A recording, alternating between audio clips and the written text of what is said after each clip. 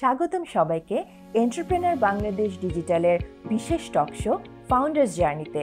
সাথে রয়েছি আমি তানজিয়া আজমি এবং পুরো সময় জুড়ে আজকে আমাদের সাথে আমাদের অতিথি হিসেবে রয়েছেন এসএমই উন্নয়ন খাতের একজন বরেণ্য অভিজ্ঞতা সম্পন্ন ও ব্যবসা বান্ধব ব্যক্তিত্ব মোহাম্মদ ইকবাল জামাল।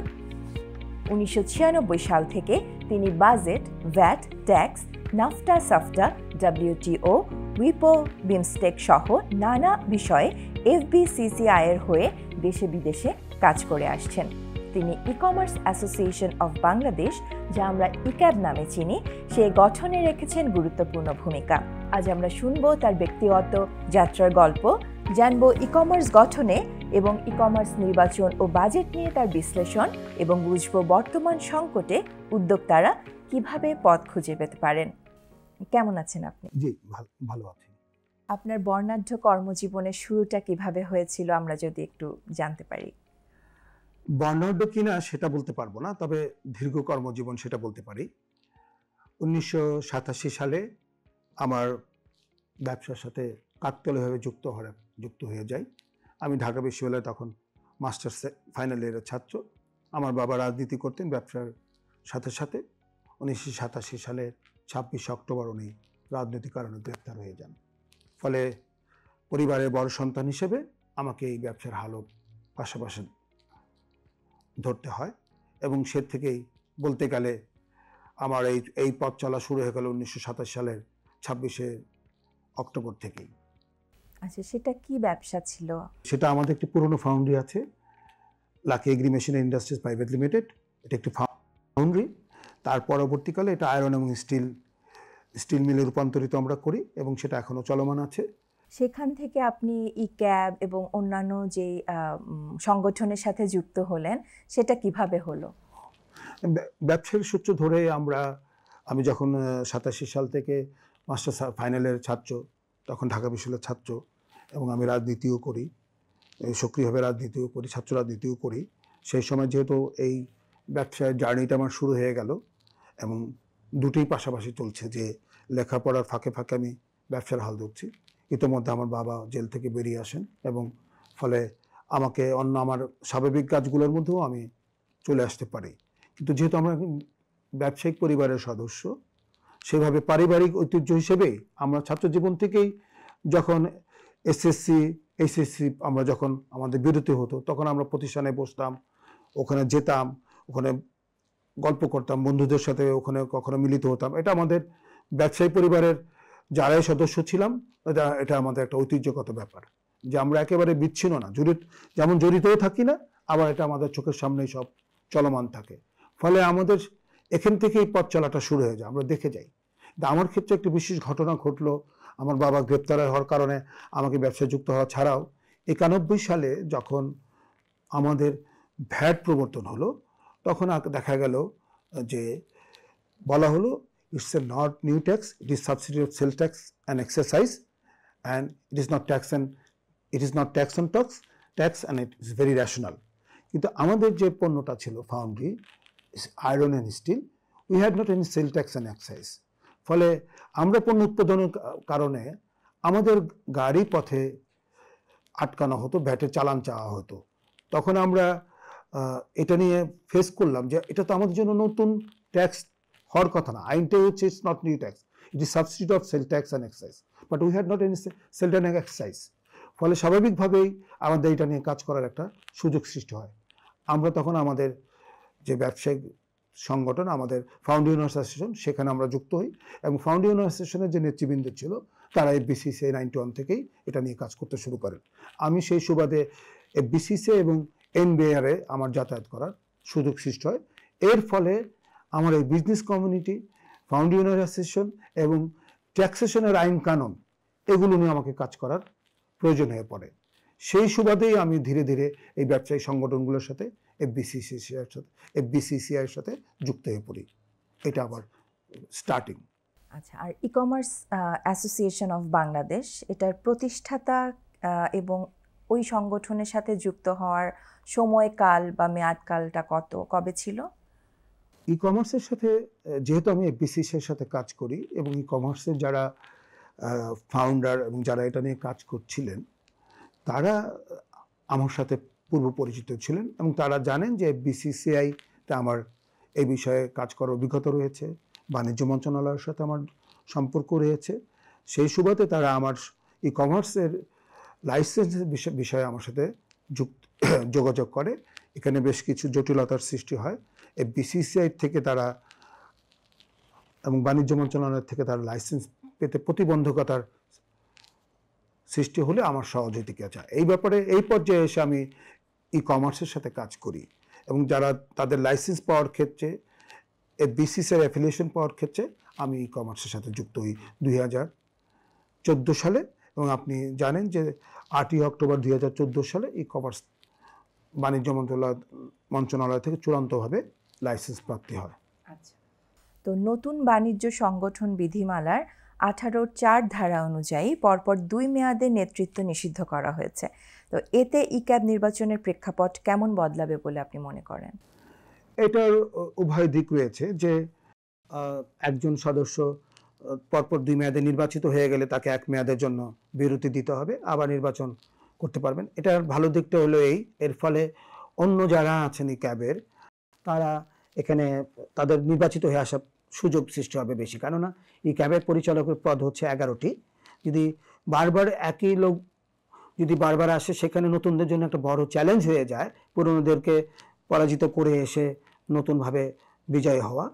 আবার এটার দিক থেকে আর অন্য একটা প্রবলেম থেকে যায়, সেটা হচ্ছে যে সেই মাত্রায় যদি অভিজ্ঞ নেতৃত্ব তৈরি না হয় তাহলে একটা শূন্যতার রিস্ক বা চ্যালেঞ্জও থেকে যায়। তো হোপফুলি এখন যারা ব্যবসার সাথে যুক্ত হয় তারা অনেক স্মার্ট এবং অগ্রসর, তারা অনেক পড়াশোনা করে আসেন এবং অ্যাকচুয়ালি তারাও অনেক আমাদের মতো সময়ের মতো না, তারা এখন অনেক অগ্রসর এবং অনেক প্রোগ্রেসিভ। তারা তাদের ব্যবসাটা ভালো বুঝেন এবং গ্লোবাল পার্সপেক্টিভে তারা অনেক প্রস্তুতিও তাদের থাকে। ফলে এটা উইন বলতে পারবো আমি যে একদম ভুল হয়েছে তা না, এটা বরং নতুন নেতৃত্বের সৃষ্টির ক্ষেত্রে এটা সহায়ক হবে বলে আমি মনে করি। 18ই মে নির্বাচন তফসিল ঘোষণার পর 20 মে বাণিজ্য মন্ত্রণালয়ের প্রজ্ঞাপন জারি হওয়ায় অনেকে দ্বিধায়। তো আমার প্রশ্ন হচ্ছে, পুরনো তফসিল কি তাহলে এখনো বৈধ?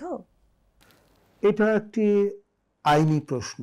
এটাকে আপনি যেভাবে ব্যাখ্যা করেন, আমাদের ইলেকশন হওয়ার আগে নির্বাচন বোর্ড নিয়ম হলো যে 120 দিন 90 দিন আগে নির্বাচন বোর্ড আপিল বোর্ড গঠন করতে হয়, 80 দিন আগে আপনার তফসিল ঘোষণা করতে হয় নির্বাচনের। আমাদের তফসিল ঘোষণার পরে আমাদের যে নিয়ন্ত্রণ সংস্থা বাণিজ্য মন্ত্রণালয় তারা একটি নতুন প্রজ্ঞাপন দিয়েছে 20 মে। সেখানে আমাদের পুরনো নিয়মকানুনের কিছু পরিবর্তন এসেছে। এখন আমাদের নির্বাচন চলমান অবস্থায় এটা আপনি পুরনো প্রক্রিয়াও করতে পারেন বা আমাদের নতুনটাও আমরা অনুসরণ করতে পারি। সেক্ষেত্রে বিষয়টা হচ্ছে যারা এটা পরিচালনা করবেন তাদের ইচ্ছা, আন্ডারস্ট্যান্ডিং এটা। কিন্তু এখানে যদি ব্যাখ্যায় যেতে চাই, যেহেতু আমরা অলরেডি ডিক্লেয়ার্ড শিডিউল, সেক্ষেত্রে 18 আফোল্ড হয়। আবার আমাদের যেহেতু নিয়ন্ত্রণকারী সংস্থা বাণিজ্য মন্ত্রণালয়, তাদের আইনে রয়েছে যে তারা যে কোনো সময় যে কোনো জিনিস তারা আমাদের উপরে আইন করে দিতে পারেন, বিধি করে দিতে পারেন। তখন এটি আইনি সমাধানের একটি বিষয়। সেক্ষেত্রে আমরা কি করি, আমরা একটা সমঝোতামূলক আলোচনার মধ্যে দিয়ে এগুলো শেষ করি যেন নির্বাচনটা চলমান থাকে, ব্যাহত না হয় নির্বাচন আগে এবং কাজটা হয়ে যায়। তো সেই ক্ষেত্রে আমি যতটুকু জেনেছি যে আমাদের ই কমার্সের ক্ষেত্রে খুব বেশি এটা ইফেক্ট হবে না, কারণ আমাদের 2 মেয়াদে যারা প্রার্থী ছিলেন এইবার নির্বাচনে তাদের একজন মাত্র প্রার্থী রয়েছেন যিনি এই আইনটি কার্যকর হলে উনি নির্বাচন করতে পারবেন না। আর ইতোমধ্যে আমাদের নির্বাচন 2 দফায় পিছিয়েছে। ফলে এখন নির্বাচন বোর্ড সিদ্ধান্ত নেবেন যে কি করতে পারেন। আচ্ছা, তো আপনার অভিজ্ঞতা অনুযায়ী বাণিজ্য মন্ত্রণালয় এককভাবে কিভাবে এই সংকট নিরসন করতে পারে? আসলে এগুলো আমরা আমাদের কাছে প্রস্তাবনা কখনো চাওয়া হয় না, আমরা বরং আমাদের প্রয়োজন অনুসারে টাইম টু টাইম আমরা বাণিজ্য মন্ত্রণালয়কে আমাদের বিভিন্ন বিষয়ে বলি, বরং তারাই আমাদের কখন কিভাবে সংগঠন পরিচালনা করতে হবে, কিভাবে নির্বাচন করতে টাইম টু টাইম তারাই আমাদের ইনস্ট্রাকশন দেয়। কখনো তার সাথে আমাদের মত পার্থক্য হলে বা সেটা নিয়ে যদি কোনো বড় ধরনের সংকট তৈরি হয় বা কখনো যদি আইনগত বা বিধিগত সমস্যা হয়, তখন আমরা তাদের সাথে এগুলো নিয়ে বিনিময়ের মাধ্যমে আমরা ঠিক করে নিই। কখনো তারা আমাদের কথা শোনেন বা কখনো তাদের নির্দেশনা অনুযায়ী আমাদেরকে কাজ করতে হয়, এবং এটা একটা চলমান। তারা যেহেতু আমাদের নিয়ন্ত্রণ সংস্থা, তাদের সিদ্ধান্তই চূড়ান্ত। আমার পরবর্তী প্রশ্ন, 2025-26 অর্থ বছরে সেলস কমিশনের ওপর ভ্যাট 5% থেকে 15% করায় ক্ষুদ্র বিক্রেতাদের ওপর প্রভাব কিভাবে পড়বে বলে আপনি মনে করছেন? এটা আমরা যেহেতু ই কমার্স বিজনেসটা আমাদের দেশে খুব বেশি পুরনো না। আপনি জেনেছেন যে আমরা লাইসেন্স পেয়েছি 2014 সালের অক্টোবরের 8 তারিখ। আমাদের পথ চলা মাত্র 11 বছর। তখন আমরা স্বাভাবিকভাবে একটা নতুন ব্যবসা এবং একটা নতুন ধরনের আমরা একটা পদ্ধতির মধ্যে প্রবেশ করেছি। কিন্তু এটা বর্তমান আধুনিক যুগে এটা আমাদের সাথে প্রান্তিক ব্যবসায়ী থেকে শুরু করে অনেক বড়রাও আছে এটার সাথে, কিন্তু আমাদের সক্ষমতা সেভাবে বাড়ে নাই। ফলে এখানে একটা বিরাট কর্মসংস্থানের সুযোগ সৃষ্টি হয়েছে এবং অনেকে আগ্রহী আসছে। ফলে আমাদের উপর প্রচলিত ভ্যাটের মধ্যে আমরা একটা প্রিভিলেজ পেয়েছিলাম যে সেটা 15%-এর পরিবর্তে 5% নির্ধারণ করা হয়।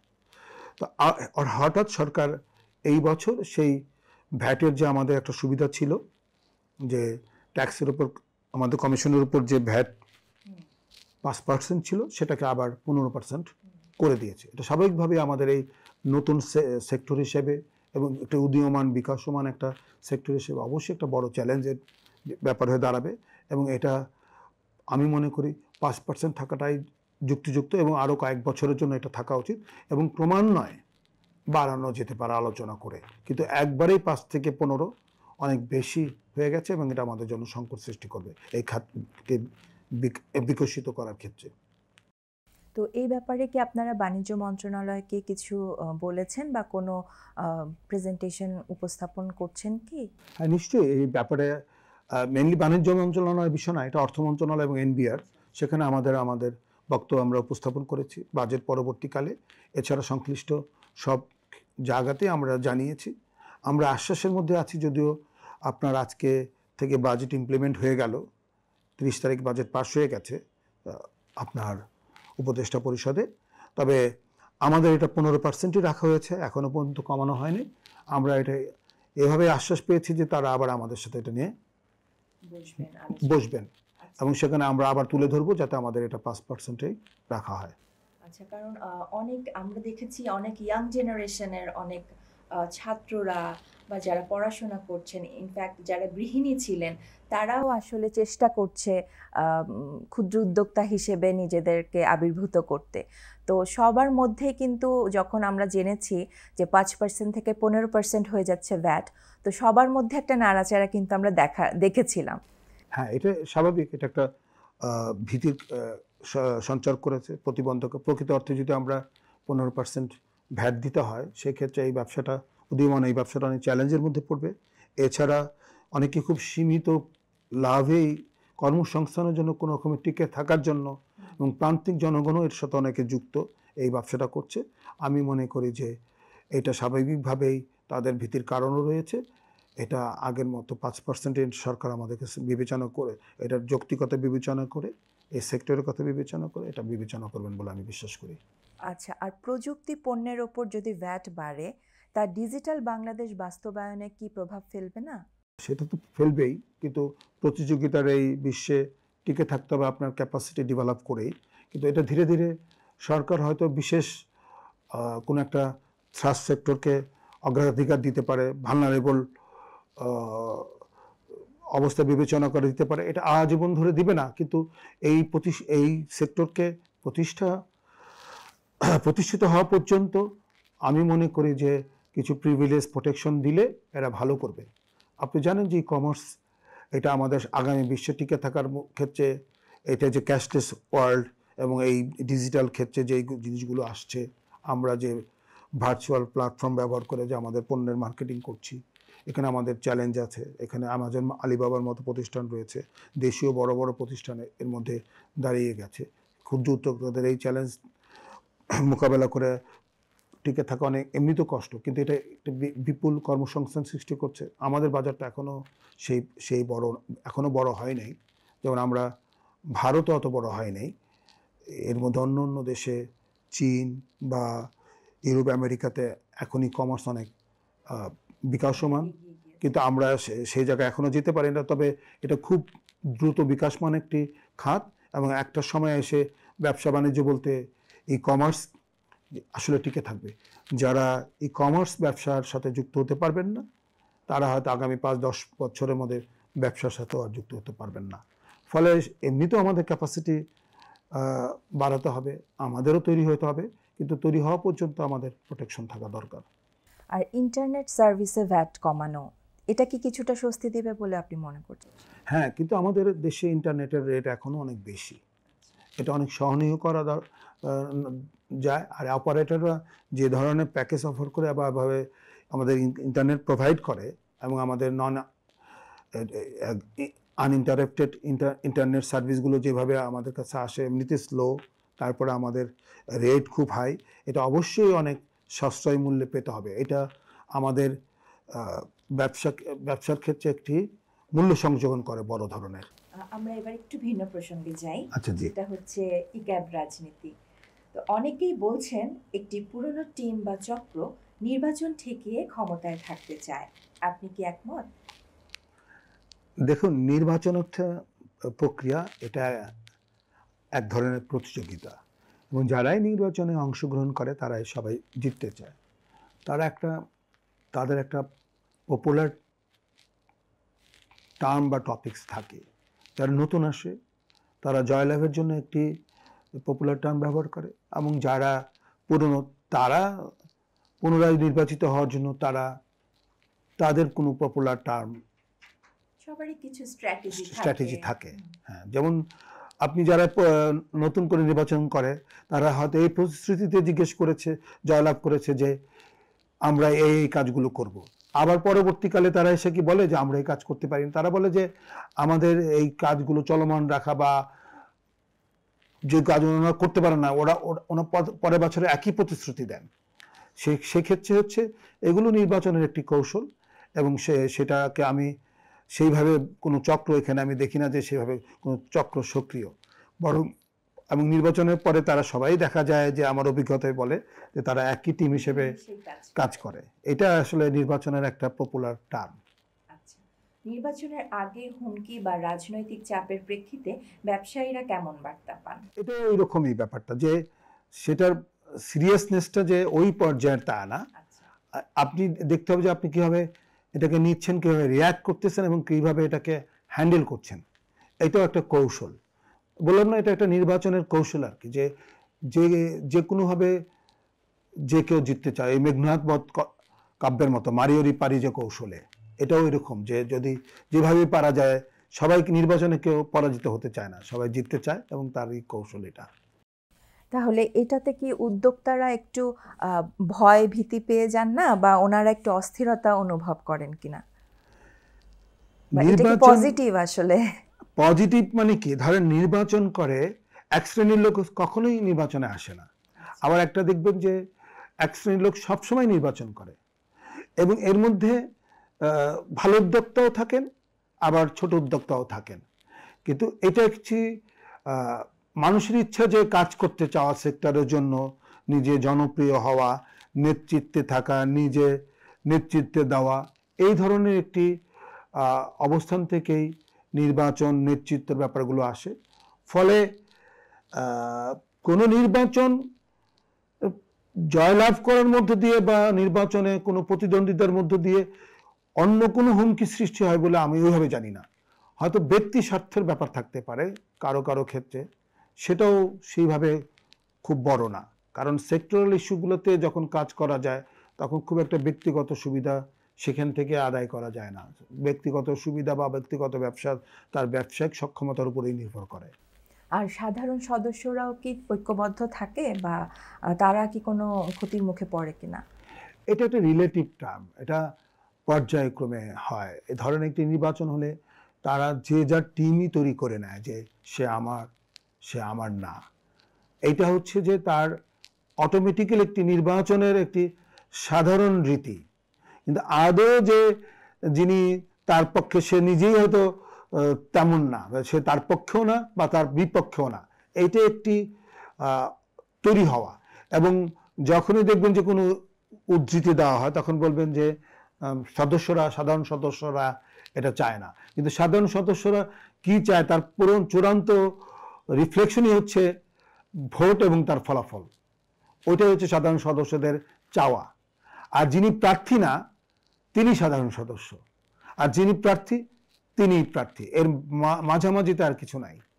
আচ্ছা, আপনার সাথে কথা বলে আমাদের খুবই ভালো লাগলো। আমরা এতক্ষণ অনেক ভারী ভারী কথা বললাম, তো একটু জানতে চাচ্ছি আপনার পরিবার পরিজন এদেরকে নিয়ে। হ্যাঁ, আমি বিবাহিত। আমি ঢাকা বিশ্ববিদ্যালয় থেকে মাস্টার্স পাস করেছি 87 সালে। তারপরে তো আমি 98 সালে বিয়ে করেছি। আমার 2টি মেয়ে আছে। আমার ওয়াইফ লেখালেখি করেন, গৃহিণী পুরো মাত্রা, কিন্তু নিজে কিছু লেখালেখিও করেন, তার বইও আছে, কবিতা লেখেন। আর আমার বড় মেয়ে জয়িতা, সে ইউসিবি বিশ্ববিদ্যালয়ে স্টুডেন্ট কাউন্সিলর হিসেবে আছেন। আর আমার ছোট মেয়ে জয়ন্তী, সে LCLS-এ পড়াশোনা করছেন। খুব সুন্দর দুটো নাম, জয়িতা আর জয়ন্তী। তো আপনার ভবিষ্যৎ পরিকল্পনা কি, আর নতুন উদ্যোক্তাদের নিয়ে আপনারা কি ভাবছেন, এটা দিয়ে আজকে শেষ করব আমরা। আমাদের হচ্ছে যে আমাদের সেক্টরগুলো সক্ষমতা অর্জন করুক। এদেশে প্রায় 4 কোটির মতো ব্যবসায়ী, যারা মূল কর্মসংস্থানের সৃষ্টি এই ব্যবসায়ীদের হাত থেকে, এবং মূলত ট্যাক্সের যোগান দানও তারাই। এদেশে যত এক্সপোর্ট, আমাদের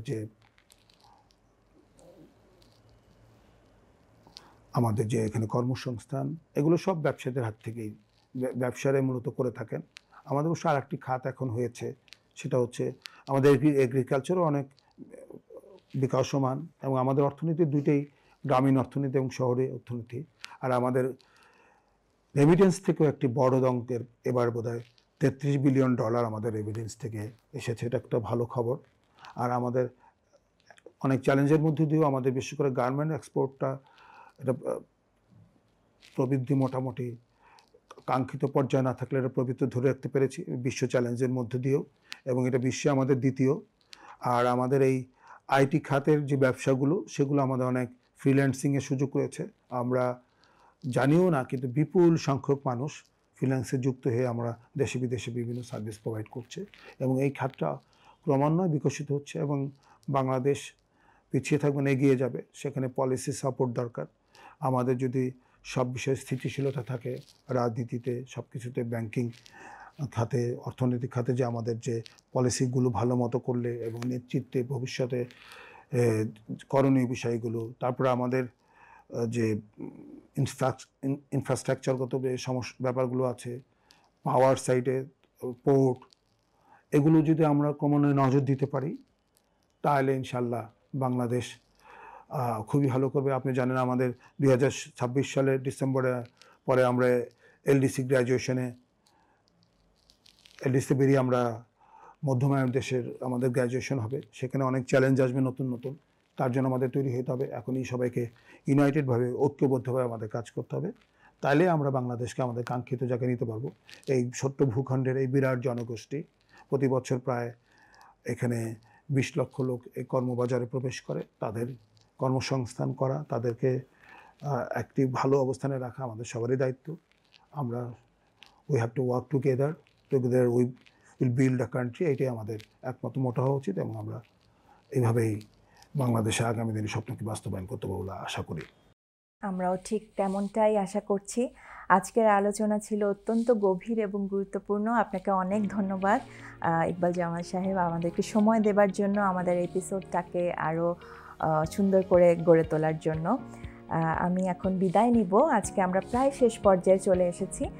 আর আশা করছি আমাদের দর্শকরা আজকের পর্ব থেকে ব্যবসায়িক সংগঠনে, গণতন্ত্র, বাজেট প্রক্রিয়া এবং আরও অন্যান্য বিষয়ে অনেক দিক নির্দেশনা পেয়েছেন, এবং ডিজিটাল অর্থনীতির বাস্তবতা সম্পর্কে নতুন কিছু তথ্য জানতে পেরেছেন। আপনাদের সকলকে ধন্যবাদ যারা প্রথম থেকে শেষ পর্যন্ত আমাদের সাথে ছিলেন। দেখা হবে আগামী পর্বে। এন্টারপ্রেনার বাংলাদেশ ডিজিটালের পরবর্তী ফাউন্ডার্স জার্নি টক শোতে। সে পর্যন্ত ভালো থাকুন। অসংখ্য ধন্যবাদ সবাইকে।